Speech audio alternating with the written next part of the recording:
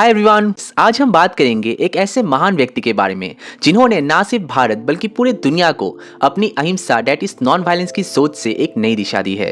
हाँ, मैं बात कर रहा हूँ मोहनदास करमचंद गांधी, जिन्हें हम प्यार से महात्मा गांधी बुलाते हैं, जिन्होंने दुनिया को दिखाया है कि बिना हिंसा के भी क्रांति लाया जा सकता है।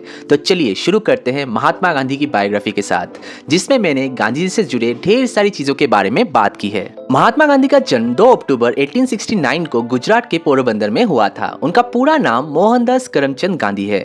उनके पिता का नाम है करमचंद गांधी और माँ का नाम है पुतलीबाई। गांधी जी की माँ एक बहुत ही धार्मिक और संस्कारी महिला थी। गांधी जी ने अपने माँ से बहुत कुछ सीखा था। खासकर उनका धार्मिक और अहिंसा का रुझान उनकी माँ से ही आया था। उनकी दी गई सीख को उन्होंने मरते दम तक पालन किया, यहाँ तक कि उनका आखिरी शब्द भी हे राम था। बचपन से ही गांधी जी के अंदर एक अलग तरह की सेंसिटिविटी थी। जब उन्होंने अपने पिता को मरने की स्थिति में देखा तो उन्हें पता चला कि जीवन कितना अस्थायी है। ये बात उनके विचारों को आगे जाके गहरा प्रभावित करता है।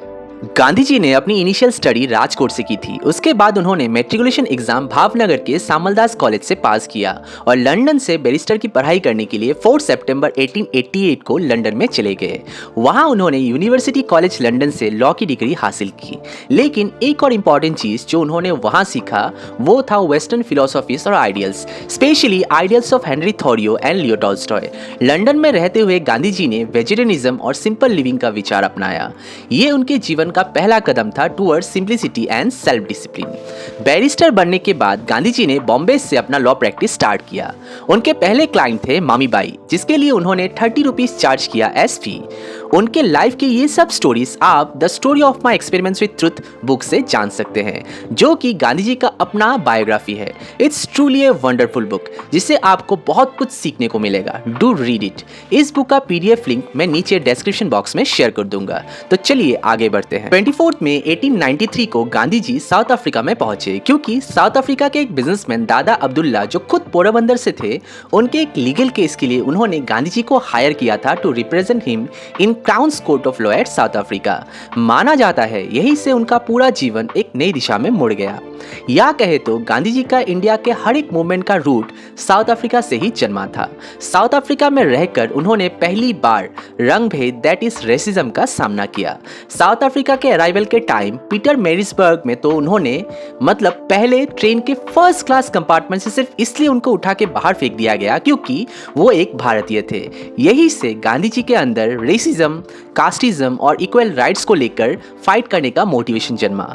कहा जाता है इंसान कहाँ खुद से सीखता है, एक ठोकर तो जरूरी है। Okay, let's back to topic. South Africa में गांधी जी ने वहां के माइग्रेंट इंडियंस एंड ब्लैक लोगों के राइट्स के लिए मास लेवल में स्ट्रगल शुरू किया, जो काफी हद तक सक्सेसफुल हुआ।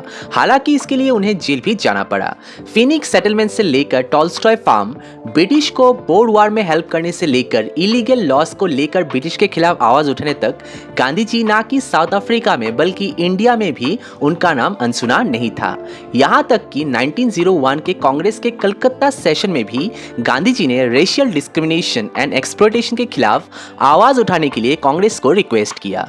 उन्होंने साउथ अफ्रीका में 20 साल तक रहकर रंगभेद और अन्याय के खिलाफ लड़ाई लड़ी। यहाँ से गांधी जी के सत्याग्रह का आंदोलन शुरू होता है, जो बाद में भारत की आजादी की लड़ाई का आधार भी बनता है। 9 जनवरी 1915 को गांधी जी इंडिया में परमानेंटली वापस लौटे, जिस दिन को हम एनआरआई डे या प्रवासी भारतीय दिवस के रूप में सेलिब्रेट करते हैं। हालांकि गांधी जी के इंडिया लौटने को लेकर गोपाल कृष्ण गोखले जी का बहुत बड़ा कंट्रीब्यूशन था, जिसे गांधी जी ने भी प्रेज किया।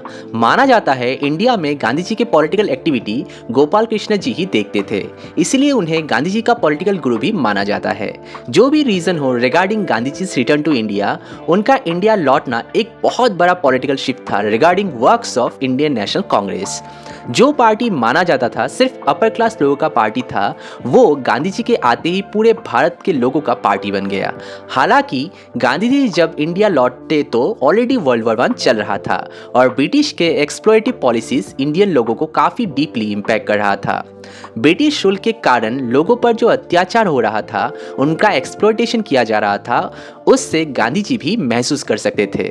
गांधी जी ने अपने सत्याग्रह और अहिंसा के विचार को अपने फ्रीडम स्ट्रगल में यूज करना शुरू किया। उन्होंने पूरे इंडिया को ट्रेन से ट्रेवल किया और अपने विचारों के साथ अपने कपड़े और रहन सहन को भी काफी हद तक चेंज किया, जिससे वो आम भारतीय लोगों से कनेक्ट कर पाए, जिसे मान सकते हैं गांधी जी का approach to connect mass middle class as well as lower class people in India which comprise almost 50% of India's population.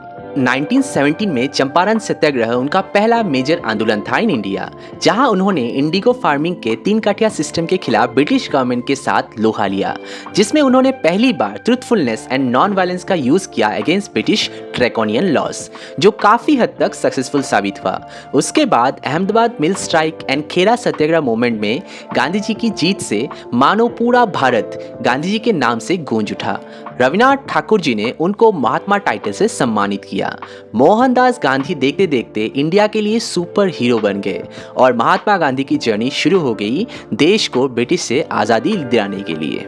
कहा जाता है ब्रिटिश गवर्नमेंट ने गांधी जी से निगोशिएशन किया था कि अगर इंडियन पीपल ब्रिटिश गवर्नमेंट को वर्ल्ड वॉर 1 में सपोर्ट करता है तो इंडियन लोगों को पॉलिटिकल बेनिफिट्स दिया जाएगा, लेकिन ब्रिटिश गवर्नमेंट के वार जीतने के बाद उनका बिहेवियर अलग हो गया, जिससे गांधी जी को भी चोट पहुंचा। ड्यूरिंग दिस टाइम खिलाफत मूवमेंट में गांधी जी का कंट्रीब्यूशन, साथ ही नॉन कॉर्पोरेशन मूवमेंट में गांधी जी का एक्टिव पार्टिसिपेशन, जिसमें उन्होंने इंडियंस को ब्रिटिश चीज़ें बॉयकॉट करने के लिए रिक्वेस्ट किया और साथ ही गवर्नमेंट स्कूल्स कॉलेजेस जॉब्स छोड़ने के लिए कहा, ये मूवमेंट एक ऐसा मूवमेंट बन गया जिसे पूरे देश में ब्रिटिश के खिलाफ एजिटेशन और मजबूत हो गया। हालांकि गांधी जी ने ये मूवमेंट स्टॉप कर दिया क्योंकि चौरी चौरा का इंसिडेंट गांधी जी के आंदोलन के विचारों के खिलाफ था। कुछ सालों बाद 1930 में महात्मा गांधी ने दांडी मार्च या सॉल्ट मार्च का नया आंदोलन शुरू किया। ये ब्रिटिश के सॉल्ट लॉ के खिलाफ एक सिंबॉलिक प्रोटेस्ट था। गांधी जी ने साबरमती से दांडी तक 240 माइल चलकर नमक बनाया और ब्रिटिश कानून का उल्लंघन किया। इस आंदोलन ने पूरे देश को एक नई ऊर्जा दी और ब्रिटिश राज के खिलाफ एक बड़े आंदोलन की शुरुआत की, जिसे हम इतिहास में civil disobedience movement that is सविनय अवज्ञा आंदोलन के नाम से जानते हैं। उसके बाद इरविन के साथ पैक्ट से लेकर सेकंड राउंड टेबल कॉन्फ्रेंस तक गांधी जी के देश के इंडिपेंडेंस को लेकर कंट्रीब्यूशन आज भी याद किया जाता है। उनका हिंदू लोगों की यूनिटी को लेकर भी एक पॉजिटिव माइंडसेट हमें अंबेडकर के साथ हुआ पुना पैक्ट में देखने को मिलता है, जिसमें उन्होंने रामसे मैकडोनल्ड के कम्युनल अवार्ड के खिलाफ आवाज उठाई और डिप्रेस क्लास एंड अनटचेबल्स के राइट्स के लेकर अपना बाकी जीवन झोंक दिया। गांधी जी उन्हें हरिजन कहा करते थे। 1942 में गांधी जी ने क्विट इंडिया मूवमेंट को लॉन्च किया। गांधी जी ने ब्रिटिश से सीधा कह दिया, अंग्रेजों भारत छोड़ो। ये आंदोलन काफी प्रभावशाली रहा और इसने पूरे देश को ब्रिटिश के खिलाफ एकजुट किया। भले ही गांधी जी को अरेस्ट कर लिया गया, लेकिन उनका आंदोलन रुकने का नाम ही नहीं ले रहा था। गांधी जी का एक ही संदेश था, अहिंसा के साथ अपनी आज़ादी के लिए लड़ो, जिसमें उन्होंने डू और डाई का स्लोगन भी दिया था। फाइनली 1947 में भारत का आज़ादी मिली, लेकिन साथ ही पार्टीशन का दर्द भी मिला। गांधी जी ने हमेशा हिंदू मुस्लिम एकता के लिए काम किया। वो पार्टीशन के खिलाफ थे, लेकिन दंगा और हिंसा को देखते हुए उन्होंने हर तरह की शांति बनाए रखने की कोशिश की। गांधी जी ने बहुत प्रयास किया ताकि ये पार्टीशन ना हो, लेकिन सिचुएशन ऐसा बन गया जिससे ये पार्टीशन इनएविटेबल बन गया। 30 जनवरी 1948 को गांधी जी को नाथुराम गॉडसे ने गोली मारकर हत्या कर दी। गांधी जी की हत्या ने पूरे देश को सदमे में डाल दिया।